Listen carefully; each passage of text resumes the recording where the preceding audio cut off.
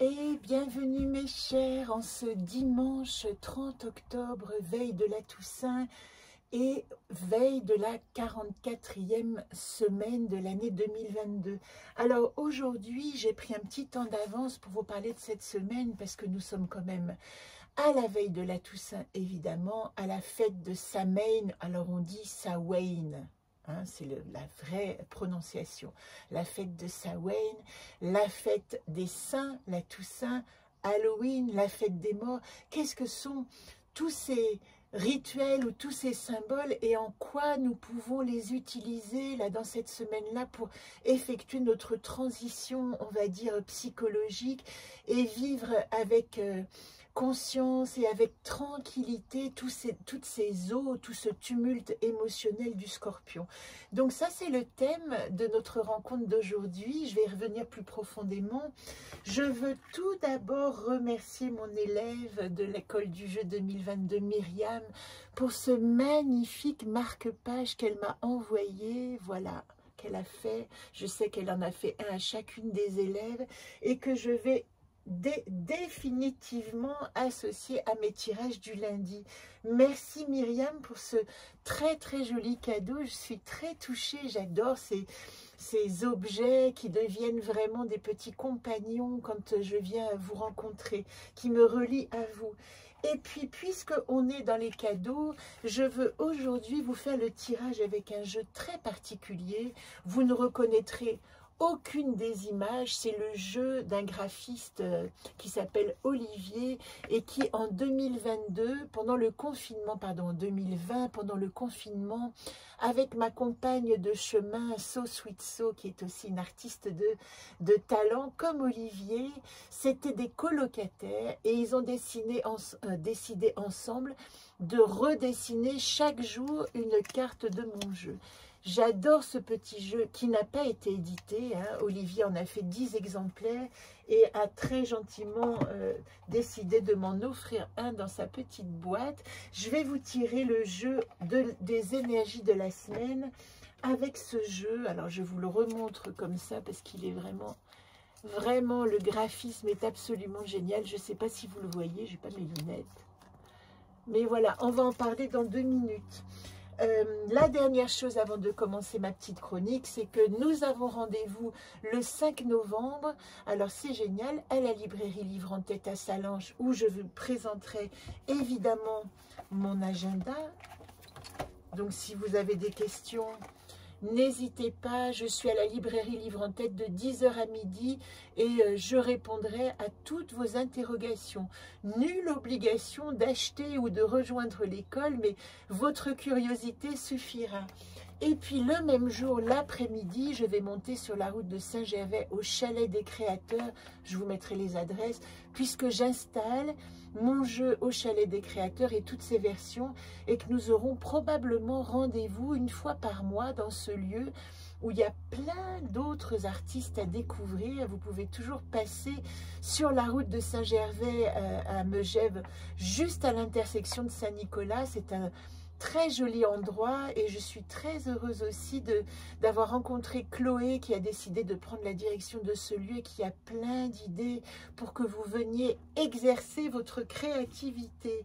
Alors, AFA 44, aujourd'hui je veux vous parler de Samhain, on dit Samhain, c'est la première date, le 1er novembre aussi, du calendrier ésotérique. Ce calendrier qui comporte 8 dates qui sont aussi synchronisées avec les solstices et les équinoxes, mais qui fêtent les grands rendez-vous d'intersaison, les grands changements de cycle. C'est pour ça que Samhain, c'est une date qui est reliée au 1er novembre à l'intersection entre l'Unyasat, qui était la fête des saisons et des récoltes du mois d'août, et puis la fête de...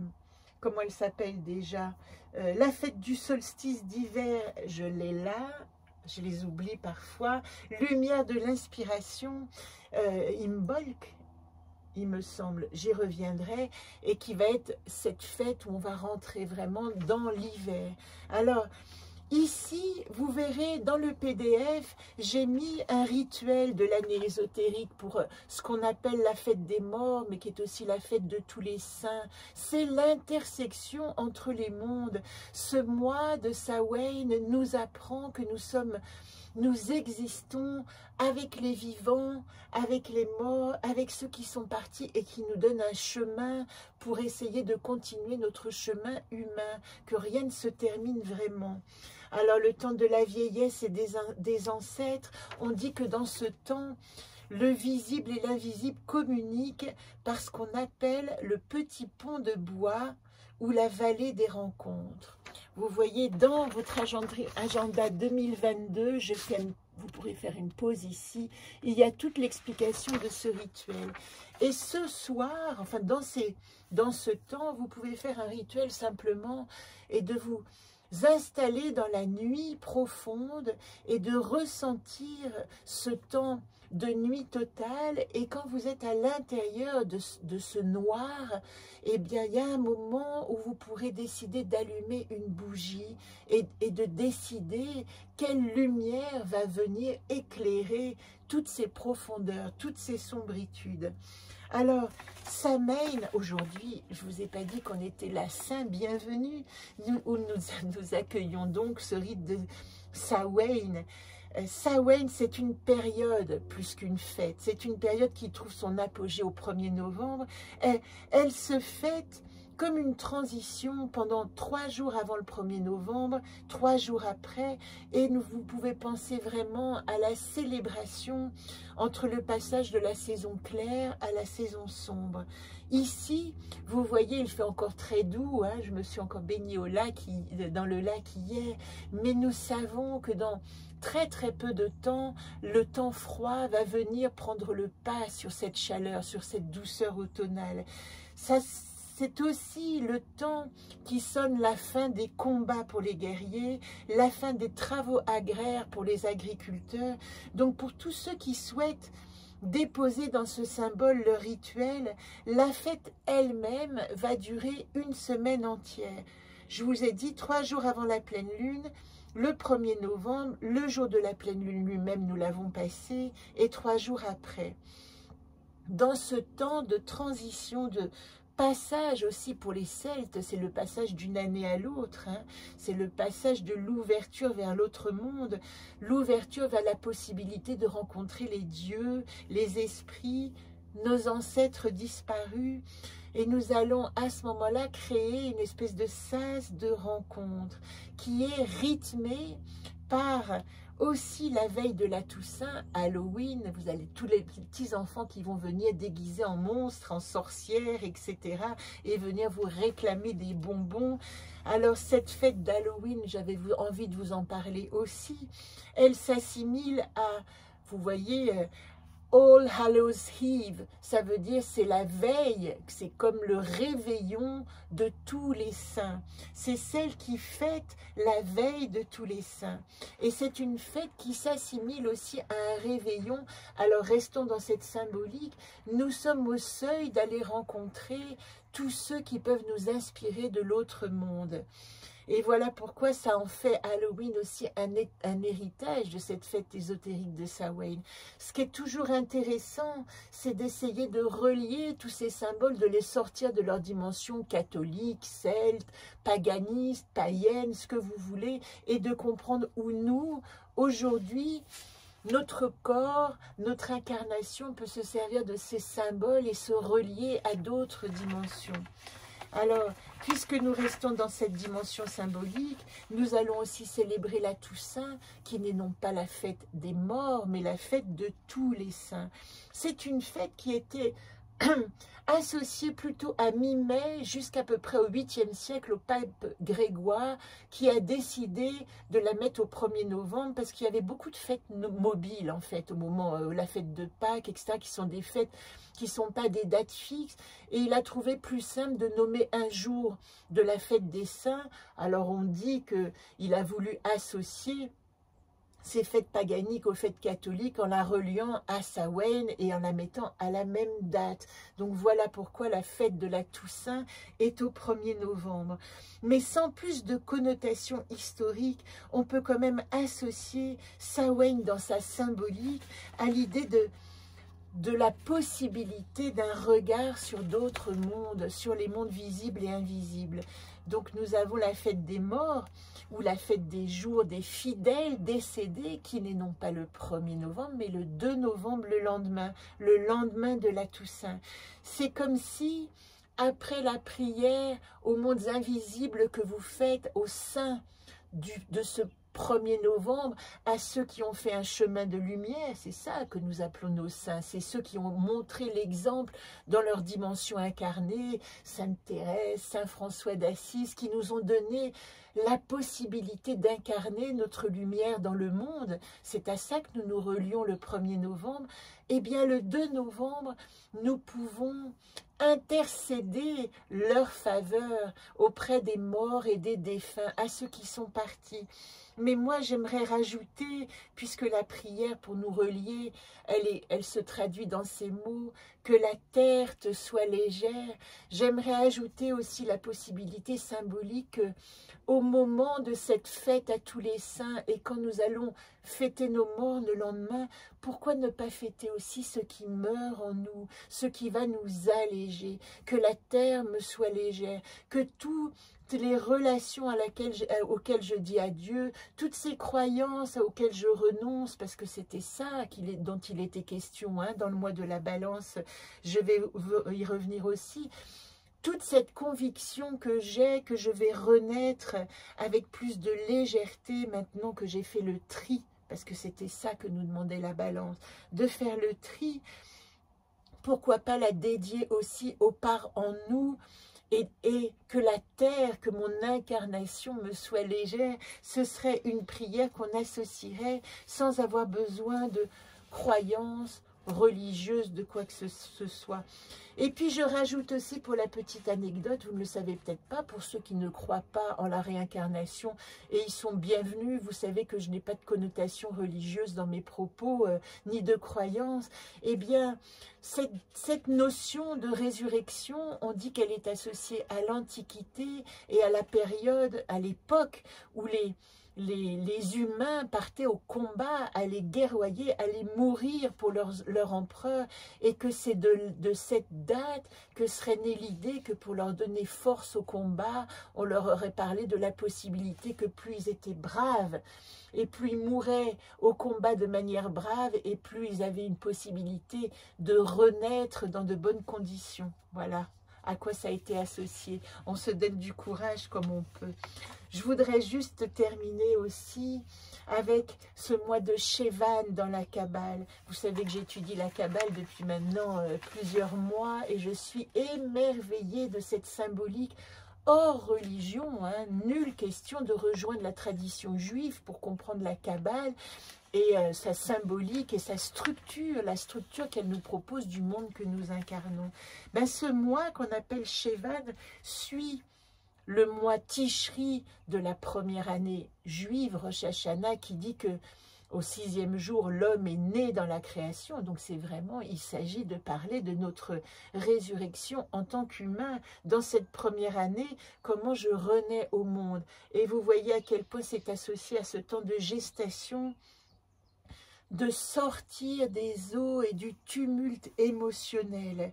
C'est un moment de renouveau, d'introspection, alors que nous commençons une nouvelle année. Pensons que nous n'avons que 1 mois encore de vie.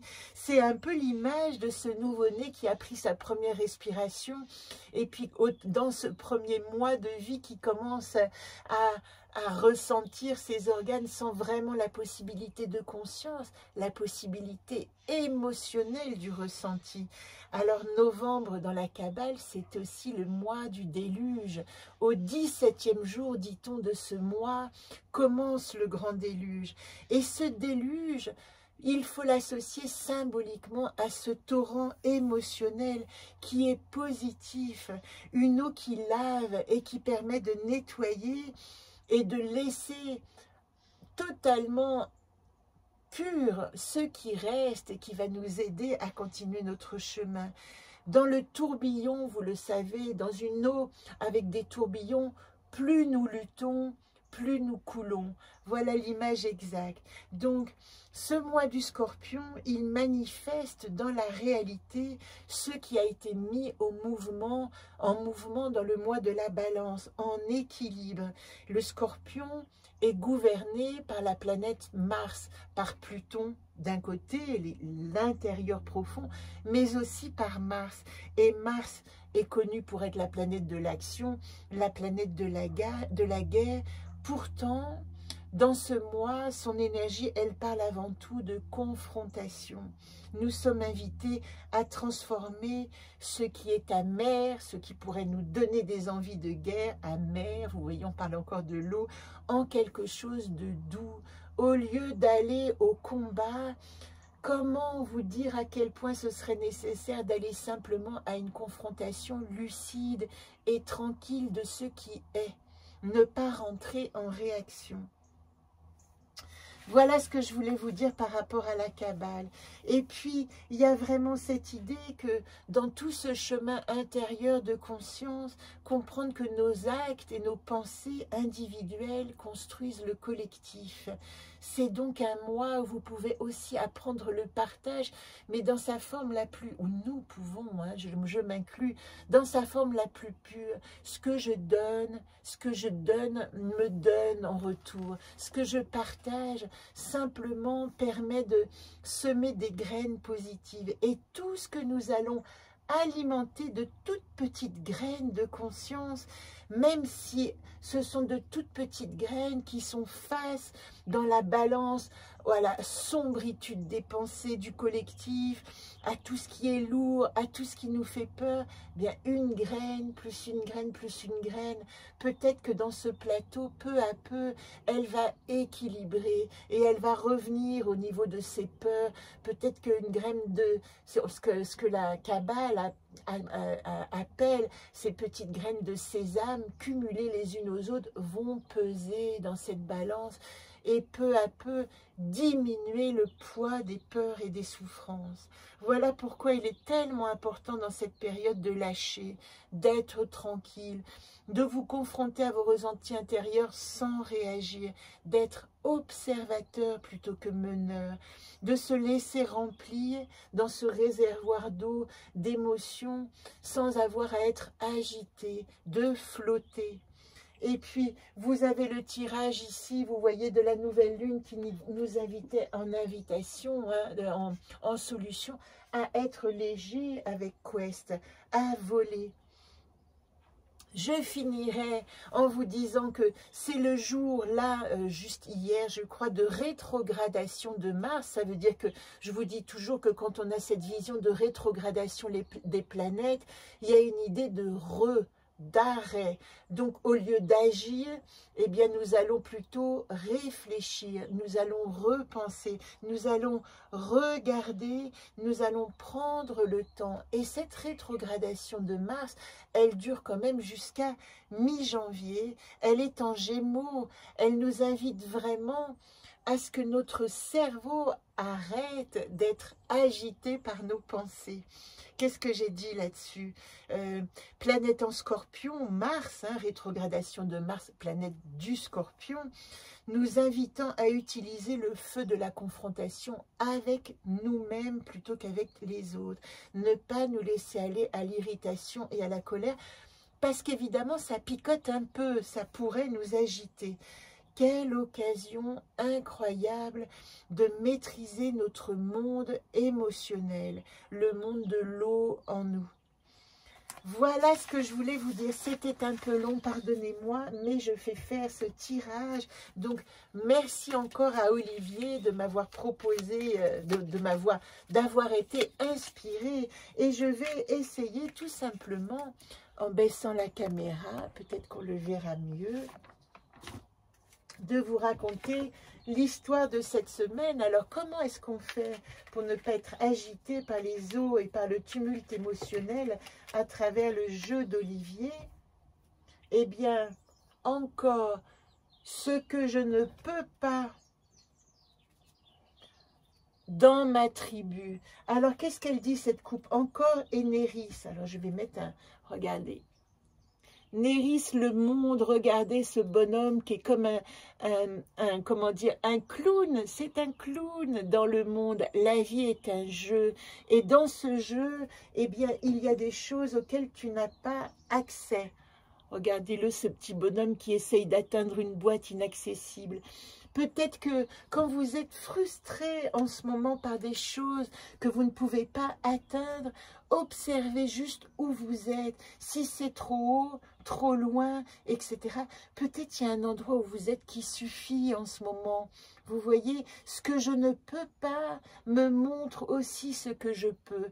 Et comme c'est Néris, c'est dans le monde de la tribu que je dois observer. S'il y a des choses dans votre tribu qui ne sont pas dans votre clan, dans votre famille, qui ne sont pas en votre pouvoir de modifier, de changer et qui peuvent vous renvoyer une certaine frustration, observez où vous êtes. Il y a déjà probablement un espace énorme où vous pouvez agir.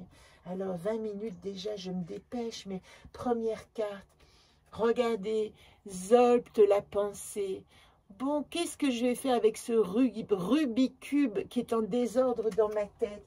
Je vous fais remarquer simplement que c'est aussi notre tirage. Je vous renvoie à la nouvelle lune, Zolpt. Il s'agit de réfléchir, je vous l'ai dit, et non pas d'agir. Ne vous laissez pas aller à l'action de réaction, mais que chaque chose qui se passe vous fasse réfléchir. Alors, en atout, qu'est-ce qui nous aide et nous accompagne? Bienvenue à la créativité et à l'imagination. À ce moment-là où vous réfléchissez, ouvrez des pistes. Oh, ben je l'ai mis à l'envers, mais il était lisible quand même.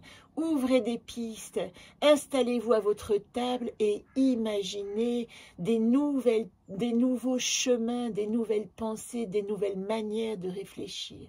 Voilà pour Isolde. Et puis, qu'est-ce qui pourrait nous arrêter? Qu'est-ce qui pourrait nous arrêter? Non, c'est celle-là.